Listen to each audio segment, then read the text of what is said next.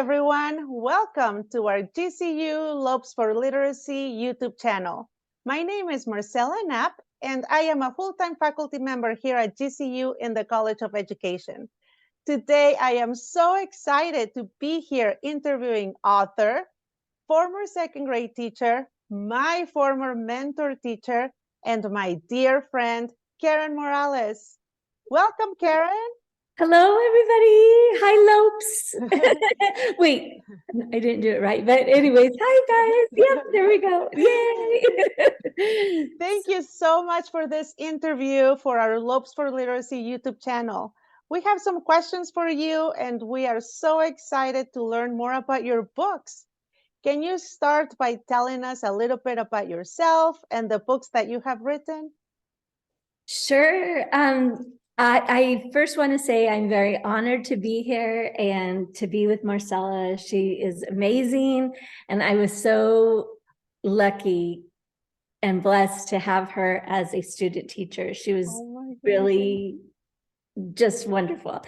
So I'm sorry to interrupt, but I feel the same way. I feel so blessed that you were my mentor teacher. Now you are my dear friend. I feel so fortunate to be able to call you my dear friend. So excited that we could set up this interview because I also admire you so much, how you have become an amazing author, award-winning author. So I cannot wait to share all of your accomplishments with our Lopes for Literacy viewers. So can you tell us a little bit about how you had that inclination to become an author? How did it all start? Sure. Thank you, Marcella. And I feel the same way back at you and more. So I just wanted to tell you, my inspiration to become a writer, I guess, started when I was in second grade. When I was in second grade at Cartwright Elementary, which is not too far from, GCU. Actually, it's in Phoenix. And I wrote a poem in second grade, and my teacher really liked it, and she made a really big deal out of it. And I thought, oh my gosh, that is so neat. I didn't even know I could do that. And so it was just very special. And it was about a little leaf. And it just made me feel so good, the way it made me feel, and just to be that I could do something like that and it come out okay. And so I just really wanted to, I love to write. So I started writing all the time, just poems. And then I was in journalism for 2 years at Phoenix College. And then I went to ASU and I switched my major my junior year to education because something was just pulling me in that direction to be a teacher. So I became a teacher in Avondale, in Michael Anderson School at Avondale Elementary in Avondale, Arizona. And there's a long story behind our motto and why our school changed, but it has to do with an astronaut who went to our school when he was in third grade, and he went up in the Columbia Space Shuttle and it didn't make it back, but he did email our school. And before all of that happened, he took up some things from our school. He emailed our school to dream big and work hard. So we always told our children, our students, to dream big and work hard all the time. So I knew that I needed to walk the walk and talk the talk, or talk the walk. And I needed to still do that, but I couldn't do it when I was teaching. There was just no time. But we would write stories in the classroom and do things like that. And that gave me so much inspiration, and it was great. I needed that time to see what other authors were doing as well. I learned so much about other authors, my favorite authors, Pam Munoz Ryan, Mice and Beans. I loved those stories, or Shel Silverstein with the poems. I learned from each of those writers while seeing what it did to children, to seeing the looks on their faces and everything they were learning, and knowing how important that was, seeing that firsthand. So I really, really wanted to do that when I retired. So when I retired, I promised every group that I would still dream big and work hard and never give up, no matter how long it took me. So my first inspiration for writing a book, I guess, would be that little poem in second grade. When I was in second grade, my children, Michael Anderson, and then all my students in my classroom, sometimes they would create stories of like, what about if my pencil stayed in my desk overnight, or this book, what happens to our books or these things overnight when we're gone? And one time we talked about crayons. And then I thought crayons is really great because it's every color. I can make any color I want. I can name each crayon. Every child, I would say 99%, or more, knows what a crayon is and has used one. And there's a Shel Silverstein poem about colors, and all the colors I am inside have not been invented yet. And that's one of my favorite poems. And so I thought, okay, when I get done, I'll write a poem about crayons. I had no idea I knew how to write, but I had no idea how to get it published, who was going to illustrate, because I don't draw. I'm not a very good drawer or artist. I was thinking one of my kids could do it. I started with nothing, but I'm like, I'm not going to give up. I'm going to find out. So in that process, when I was writing a story, after I retired, when I was writing the story about the crayons, I thought, I could name them the Crayon Kids, and they could go on adventures or solve problems and things like that. And so I started writing, but I said, but I don't know, where do I send it when I'm done, or what happens? And then all of a sudden, twist of fate happened. My son became a mascot at one of the universities in Arizona. Am I allowed? Or okay, ASU, the other university. So he became Sparky, and he told me, Mom, we go to schools and we read books, but we don't read books about Sparky or about character traits or anything like that. We just read some random book that maybe it's too hard for the kids or they don't even listen to. And so I thought, hey, I will write a book for you. So I made my own book through Sam's Club, Wow. just for a demo, so a protege, a prototype, so that I could show ASU. And I didn't have an artist or anything, so I took pictures of Marcus, and he was so I took, and it's about character traits and what does the initial Sparky stand for and things like that. So it's about Sparky's tail and, on how to always try your best to have self-discipline, never give up, to stay active and healthy and things like that. It was so, when I saw this inspired me more just from a sample, To continue. Yes. And that's yes. what a wonderful idea to write about character education. Right now, that's a big topic at GCU, character education. And we are revising courses at GCU to include that, as you were That's saying. great. So, yes, character education is definitely big. And how wonderful that, from that idea that inspired you to continue. Well, I really wanted to do this. So I went to ASU. I was scared to death. I went to ASU, spoke to all of the people in management and things like that. And they loved the idea. Everybody loved it until it got way to the top. And they said, well, at this time, we are not able to do this, or we're not that they weren't interested, but they weren't able to do this at this time, or things like that. I don't really know why. They didn't really give me a clear answer, but I didn't give up.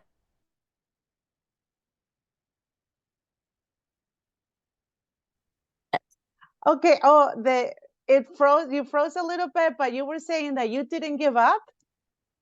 I didn't give up, even though I froze. No, I didn't give up. And I looked online to see if there was anybody else who's ever written a story about Sparky or any mascots, so that they could help me and help me find my way, because I was just going blind. I was going down a dark path that I had no idea what to do. And I found Mascot Books, and Mascot Books Publishing is out of Virginia. And they tried to work with ASU. They tried very hard, and I had the whole script, everything, and they worked for a year with ASU, and we almost had it. And then finally at the end, they said, no, we don't want Sparky out there, as a logo or anything like that. We're not really, we keep a tight grip on our logos and things like that. So then I still didn't give up, though. I thought, when we went, this just happened, this just didn't happen. This was about 8 years ago now, or 7 years ago, right after I retired. But the Final Four was on. We were there because Sparky was there, and we were in at that time it was in Vegas, and we were at the Final Four, which just ended last night. And I saw all of the schools, and I said, forget one school. Why stop at one school? Going for the whole Pac-12. So I asked my publisher, I said, maybe we can do the whole Pac-12. So he said, okay, let's do that. If one school's not going to do it, we can get it approved through the license of the Pac-12. So I had to wait another year to get the license from all of these schools. They had to approve it. And everybody did, except for one school, that one little hang up. And they did not get back to my publisher ever. So Pac-12 Tales went ahead. They approved it. They, it's all done by them. It's copyrighted by them and everything. And they said, no, we're going for it. We're going to go ahead and publish it. So we got it published, and someone from ASU found it in a bookstore and pulled it. And so that was my first book, and it was banned. But I still didn't give up, because I had sold quite a few of those, and people know of that book now, and Pat Tillman, things like that, all of ASU, all of the other Pac-12 schools know about that. And now it's going to be not an antique, but something that you'll want to save, because it is valuable. Because if we go to Pac-10, which they're talking about, that book is something that won't part of history. Yes.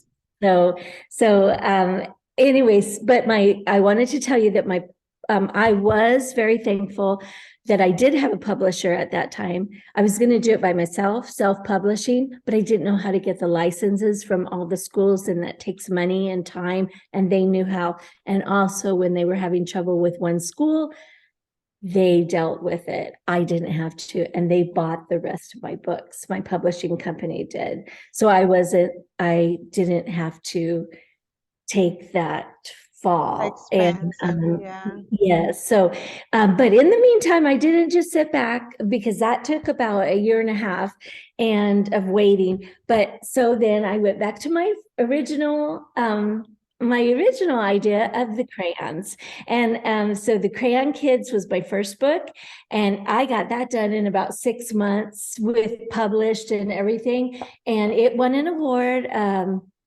with the Dragonfly Company. And I wanted to use that as advertising, but I got to meet the CEO of the place, and she's just so neat. I met her at a book fair, and so we got to be really good friends and things like that. And actually, my publishing company had called her for a job to do that, but she wanted to stay here in Arizona. So the company came from Arizona that I went through. So I do want to tell the people who are wanting to be aspiring authors, when you get your book done, do enter them in contests. It does cost money. Some are less than others, but it's really neat because then you get your book out there and things like that. So I did that one, and I decided to make that this I do series. remember when the Crayon Kids was published, and I'm so glad that you didn't give up, after encountering those little bumps in the road with your other two books and the Crayon Kids. I do remember when it was finally published. I remember going with you to have your name That was the first night. trademarked. Yeah. Yes, that was. Oh, that's right. You were there. When I went with you, and then when it was published, and we went to the library in Avondale, and you presented it to all of our students from Avondale, and it was such a big success with the Crayon Kids. And so when you wrote the Crayon Kids, I'm sorry. Yes. That was my opening night, and that was so special because I wanted to do it next to the school where I spent my life. And yes, so literally. What you said, it was my kids, it was their parents, I had their parents as children, and then you and all of my village. And when you were saying that you admire me for not giving up, the only reason why I didn't give it up is because I have a great village that tells me, do not give up. And I cannot give up on my village or my people or my kids or anything, because I needed to show them to keep going, So this was my first book, and so I had challenges writing the one that became my first book, but this got published first.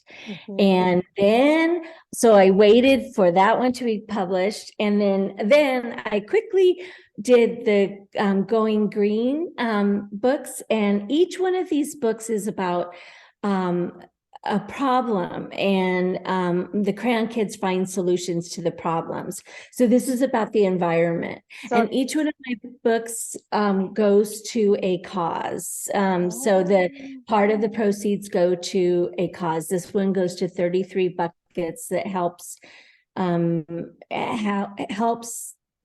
villages learn how to make their own purification of water and things like that.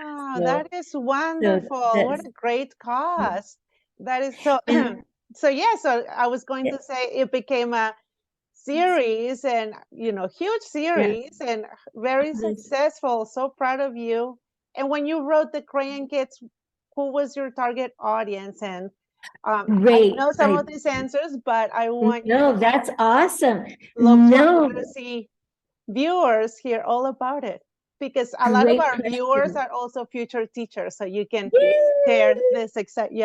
Okay. Don't give up. My audience changed. It had to change because this one was for sports fans. I was going to go to the March Madness or all of those games and sell them there, and to all the different teams.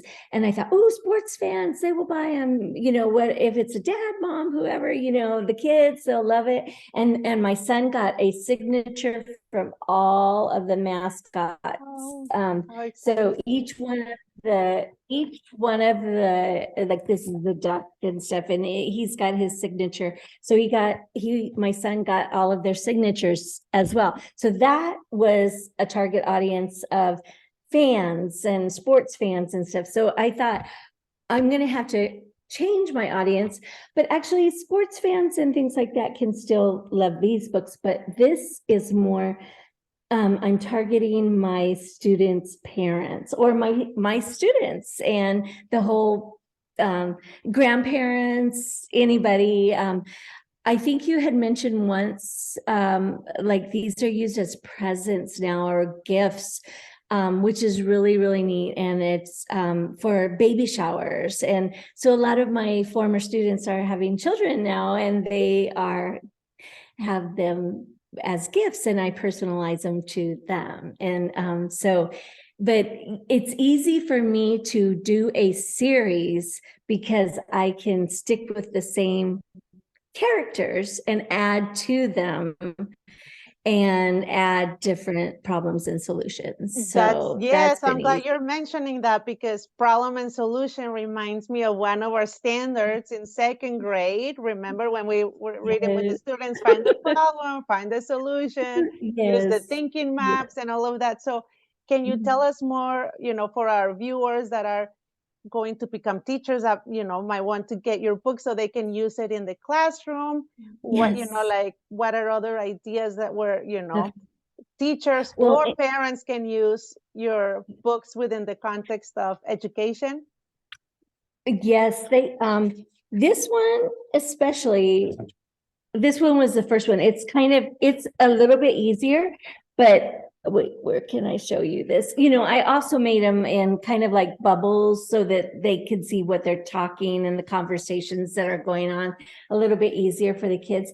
But one thing I did do was, I wrote like the colors in a color, purple, and so that would be in a color. And when I start with the character traits, I underline each of them, and this is in alphabetical order. So it starts with adventurous, brave, courageous. So this goes through the alphabet with character traits. So And many, yes, you can yeah, definitely hit different, types of content, educational content. You're talking about like alphabetical order, you're talking about colors, problem and yeah. solution.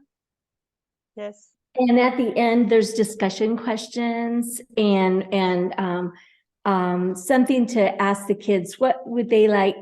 Where do you think the crayon kids would go next? Actually, this was like a ploy kind of for me to get an idea where they would like them to go. And Oh, excellent. and so I did that. And then here's the A to Z traits. So all of them are written there. And then I have, this one is for Pac-12 Tales, but I also have an activity booklet for each of the books. And that is just going beyond the book, so something that they can do. And those are free for all the children, even if And they couldn't afford a book, so they would and they get that. can find the activity booklet on your website. Is that correct? Yes, correct. Yes, that is Excellent. correct. Wow, that So, is great. and so the only other ones, I wanted to show you real quickly on these. I decided to do, this one is Going Green. And at the end, well, this one is a little bit harder because it's easy ways to help the planet.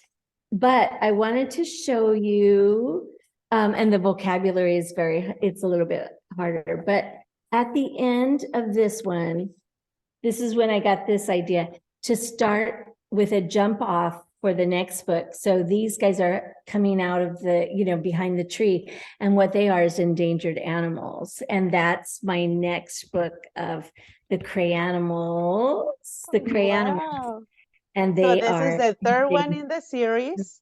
this is the Uh-huh. third one in the series, and I have my fourth and fifth coming up, but I haven't turned them in yet because I'm not done with them.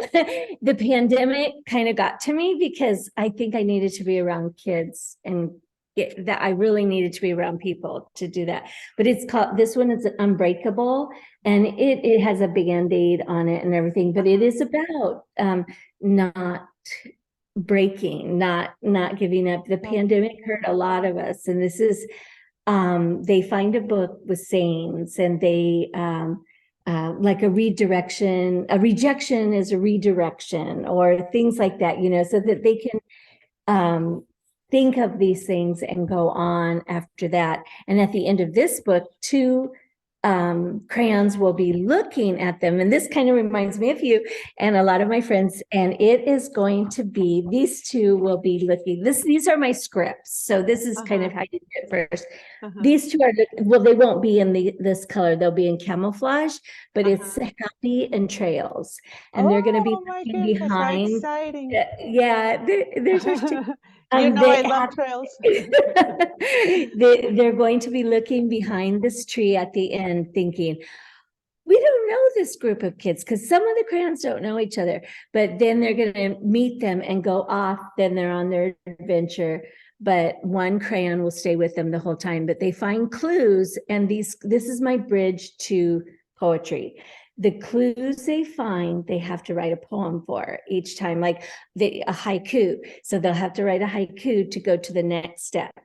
And on this one, I was talking to my son last night, and I thought maybe I could have little QR codes at the bottom of the page so that they can take their phone or their parents' phone and find out about hiking lists or safety while you're hiking or things like that, so that they can learn more things about that. Wow, So how like that. exciting. So I don't What know. wonderful So ideas. How I can see children, you, you becoming their favorite author and so excited to be reading the next book in the series. And I love that how you, towards the end of each book, you give clues about what's happening in the next book. And in fact, that was something that I wanted to ask if you were working on any more books, but not one, but two books. And I love both of the ideas of Unbreakable, Don't Give Up. Wow, that is a great message for everyone. And if there is anybody that has experienced that, is like oh you gosh. are definitely dreaming big, working hard, not giving up. And I Yeah. love that about Happy and Trails. That's me. I love that one. Like, I cannot And wait. my sister-in-law, well, I try to have little things for the children as well. So this one has a big Band-Aid. So I learned, instead of stickers, my little stickers will be return address labels, and there will be a Band-Aid, and it'll say, I'm unbreakable. And I will give them those, and they'll be like Band-Aids, but they'll be stickers with these guys on them. So that they know they are unbreakable. And my sister-in-law has made a bunch of puppets for me. This is purple. He broke, and so he has a big Band-Aid on him. And this is green, and she's made me about 7 puppets. Oh, they're beautiful. And so during the pandemic, I couldn't have the suits anymore on the kids because I was making the suits, but the puppets seem to be doing really great and so much easier. This is Hope. So this is Hope. Oh, I love that, and the different tie-dye color. So Yes. for our Loops for Literacy viewers, you were saying like the children cannot wear the suits. Can you tell us? I know, but this is exciting news for those future teachers that might be watching this video. How you visit schools and you read your books. Can you tell us more about that? Yes, I do events at schools.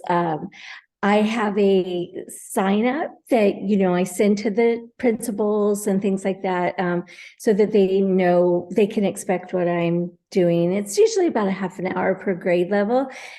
And I don't charge, but I do sell my books. So I, as a teacher, I won't charge a school. I know that times are hard and things like that. And I'm one of the few that I don't charge, but the kids are amazing. Every time I do an event, I always learn so much from that. When they ask questions like, why did you use crayons? Or why did you do this? Or that, what about this? What about this? And they're the one, they have so many ideas. And the other day I was in an event in Phoenix, and it was a 4th grade class. And I know that a lot of people ask what grade level is for all of your books. And I usually think it's for kinder 1, 2, or 3. But this was a 4th grade class, and they loved Going Green, and they were great. They did great, and they planted a garden and everything. So it can go much higher. I've even been to a high school class. But during our event, we had a lockdown, and this was the police came into the classroom and things like that. And I wanted to tell you that the teachers out there, kids are so resilient, and they made me much stronger. I've been through many lockdowns before, but this one was the first one to really get to me because they were fourth graders and they knew more than my second graders would know during lockdowns. And at the end of my event, one boy raised his hand. He said, I now know what I'm going to do when I grow up. I'm going to invent something to protect kids from any harm at school. And he goes, I don't know what it is yet, but I know that's what I'm going to do. Because I told them, I said, don't worry, you don't need to know what you're going to do when you grow up right now, because what you're going to do when you grow up might not even be invented yet. And then they said, that's right, and so that was neat that boy said that, but it also broke my heart. But those kids were so great. And so I've seen so much on my events. I've learned so much, and I learn more from them than they do from me, probably. And I just, it was just very touching. So thank you for sharing that story. And definitely, yes, I miss that contact with children and hearing, what they're going through. But you are such a great example of such a dedicated person as a teacher and now as an author, visiting schools, and you are still listening to what the children say to you, and you are such an inspiration. And like I said, I feel so blessed to have had you as my mentor teacher, and then we were grade level team members, and you are, like I see you, you're my dear friend. And it's just when I see you, how you retire, but you still continue to change the lives of so many. You make this world definitely a better world. You continue to not only being an author, visiting schools, you also now have your poetry society. Am I saying that incorrectly? Your primary poets, yeah. primary poets, And and that is amazing. You have made a difference in the lives of so many. So we are so excited to have you, like being you part of this interview. I cannot wait for all of our Lobes for Literacy to learn more about you and your books and all the wonderful work that you continue to do. I don't know how you do it. I don't know how you keep coming up with I don't know, you do ways it. I follow you. Seriously, I do. I follow my friends. I'm like, oh my gosh, if they can do it, I can do it. So, is there anything else that you would like to share with our Lobes for Literacy YouTube channel? I wanted to, well, my Crayon Kids have a motto, and it is good thoughts, good words, and good actions. And that's something, that's 3 little rules that can change the world, I think, if you have good thoughts, good words, good actions. And I write songs for each of my books as well. And I do, I play a ukulele, and not very well, but I do it. And I wanted to, real quickly, I know that you had asked me, there was an interview question before that I had heard about what is your favorite genre of book? And it's so funny because I never really thought about that until I became a teacher. And it was realistic fiction. And I love realistic fiction because it's something that can happen, but then there's twists of nonfiction or fantasy in there. And I believe that that's kind of what my Crayon Kids are. There's reality in there of what's going on, but they are the fantasy part of it. But as everybody at your school at Grand Canyon, if you you never know what's going to happen in life. It could turn the next day, good, bad, whatever. Just stay with it. Just hang in there and never give up. Never, ever give up. And like I said, I love that. I learned that from a a class that about a rejection is a redirection. And that is so important to know that, because if it doesn't work out the first time, it might be even better what you're going to get the next time. So just remember that and stay focused, and you could do it. Yeah. I started with nothing. I had no idea where to go, and it just kind of opened up. Have Yeah, your series. You have 2 more books coming up. How exciting. Congratulations. I cannot wait to read them as well. And thank you so much again for your time and for this interview. I have thoroughly enjoyed it, and I am sure that our viewers, our Lobes for Literacy viewers, will enjoy it as well. And I know they will be going to your webpage. I will include your website when this video gets published. Thank you so much again. And to all of our viewers, thank you so much for watching, and Lopes up. Lopes up.